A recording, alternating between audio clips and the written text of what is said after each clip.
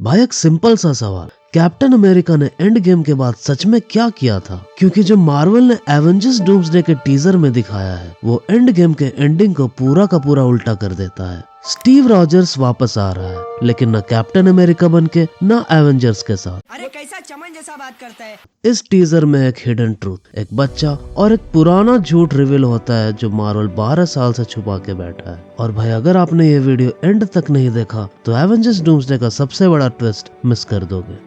तो भाई टीजर ये अब ऑफिशियली रिलीज हो चुका है, लेकिन इंटरेस्टिंग बात ये है कि ये टीजर पहले सिर्फ कुछ सिलेक्टेड थिएटर्स में चल रहा था और अवतार फायर एंड ऐश के साथ भी वर्ल्ड वाइड नहीं दिखाया गया था, इसलिए काफी लोगों को लग रहा था कि ये ट्रेलर था ही नहीं। पर अब मार्वल ने फुल टीजर अपलोड कर दिया है और जो चीज कंफर्म हुई है वो एमसीयू के लिए गेम चेंजर है। Chris Evans officially Avengers Doomsday में स्टीव रॉजर्स के रोल में वापस आ रहे हैं। अब कुछ लोग बोल रहे हैं कि भाई स्टीव को लाके तुरंत मार देंगे, बट ऑनेस्टली ये मार्वल है और रूसो ब्रदर्स जब भी स्टीव रॉजर्स को लाते हैं तो सिर्फ शॉक के लिए नहीं लाते। स्ट्रॉन्ग चांसेस हैं कि स्टीव रॉजर्स एवेंजर्स डूम्सडे के साथ साथ सीक्रेट वॉर्स में भी दिखेगा। अब टीजर का सबसे इमोशनल पार्ट वही है जो एंड गेम के बाद का सीन है, यानी जब स्टीव रॉजर्स टाइम में पीछे चला जाता है पेगी कार्टर के पास। वही पुराना म्यूजिक, वही डांस और वही अधूरा प्रॉमिस। और यहीं से मार्वल एक बहुत पुराना मिस्ट्री सॉल्व करता है। टीजर में क्लियरली दिखाई देता है कि स्टीव रॉजर्स और पेगी कार्टर का एक बेटा पैदा होता है और ये कोई रैंडम ट्विस्ट नहीं है, क्योंकि कैप्टन अमेरिका विंटर सोल्जर में ओल्ड पेगी कार्टर ने भी इसके बारे में जिक्र किया था और उस टाइम से ही फैंस सोच रहे थे कि आखिर पेगी बात किसकी कर रही थी। रूसो ब्रदर्स का प्लान तभी से था कि वो स्टीव के ही बच्चे होंगे, पर तब ये एमसीयू में फिट नहीं हो पा रहा था और अब फाइनली 12 साल के बाद इसका हमें पे ऑफ मिल रहा है। You should be proud of yourself, Peggy.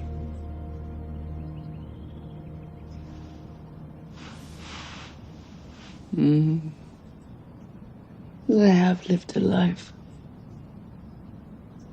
My only regret is that you didn't get to live yours.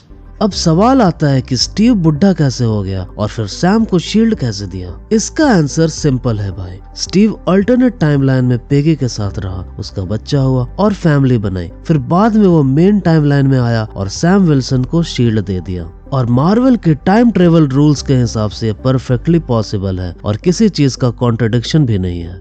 How does it feel? Like it's someone else's. It isn't. अब टीजर एक और बड़ी बात कंफर्म करता है कि स्टीव रॉजर्स कैप्टन अमेरिका के role में वापस नहीं आएगा और सैम विल्सन ही ऑफिशियल कैप्टन अमेरिका होगा। पर भाई मजा यहीं आता है क्योंकि दोनों के पास अपना अपना शील्ड होगा, यानी अलग टाइमलाइंस के शील्ड, अलग जर्नीज, बट एक ही legacy. Give this man a shield. Teaser में स्टीव रॉजर्स ट्रायम्फ मोटरसाइकिल पे दिखता है और हेलमेट भी पहना हुआ है, जो एक सटल कॉल बैक है क्लासिक कैप्टन अमेरिका के हेलमेट का। एक और इमोशनल सीन में स्टीव अपना कैप्टन अमेरिका सूट निकाल के स्टोरेज में रख देता है। मतलब वो सिर्फ घर बैठ के टाइम पास नहीं कर रहा था, वो एक्टिवली काम कर रहा था और शायद इन्फिनिटी स्टोन्स वापस कर रहा था।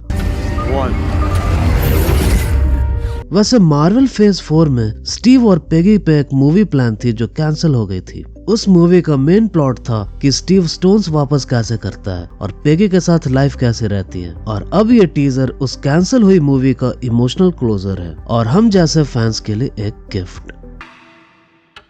वैसे कॉमिक्स में स्टीव रॉजर्स के काफी बच्चे हैं, पर मोस्टली अल्टरनेट यूनिवर्सेस में और पेगी के साथ रेयरली है। कभी शैरन कार्टर के साथ तो कभी ब्लैक विडो और कभी कभी तो रोग के साथ भी है। लेकिन एमसीयू ने सब कुछ फ्लिप कर दिया है। यहाँ स्टीव ने प्रेजेंट छोड़ के पास्ट चूज किया है और इसी वजह से पेगी के साथ उसका बेटा एमसीयू में कैनन बन गया है। अब टीजर के एंड में काउंटडाउन क्लॉक दिखाई देता है और बैकग्राउंड में डॉक्टर डूम के थ्रोन जैसा कुछ। मतलब मार्वल स्लोली बता रहा है कि डूम इज वॉचिंग एवरीथिंग। चले एक काम कर, 200 रुपए दे और 50 रुपए काट ओवर एक्टिंग के वजह। इसके अलावा हर टीजर के साथ ये काउंटडाउन अपडेट हो रहा है और मेरे ख्याल से रिलीज डेट तक शायद ये 0 हो जाएगा। अब सबसे बड़ा controversial part, Spiderman brand new day का एचडी टीजर लीक हो चुका है और रूमर्स के हिसाब से टॉम हॉलैंड शायद एवेंजर्स डूम्सडे में ना हो और उसकी जगह ले सकता है अपना टोबी मैगवायर। अब भाई सोचो, टोबी का स्पाइडरमैन ह्यूज जैकमैन के वुल्वरिन के साथ। ये क्रॉसओवर 20 साल से इम्पॉसिबल लगता था लीगल इश्यूज की वजह से, बट अब रूसो ब्रदर्स और फाइगी सब कुछ क्लोज कर रहे हैं। तो भाई एवेंजर्स डूम्सडे सिर्फ एक सुपर हीरो मूवी नहीं है, यह है लेगेसी का एंड, पुराने प्रोमिसेस का पे ऑफ और फैंस के 15 साल के क्वेश्चंस का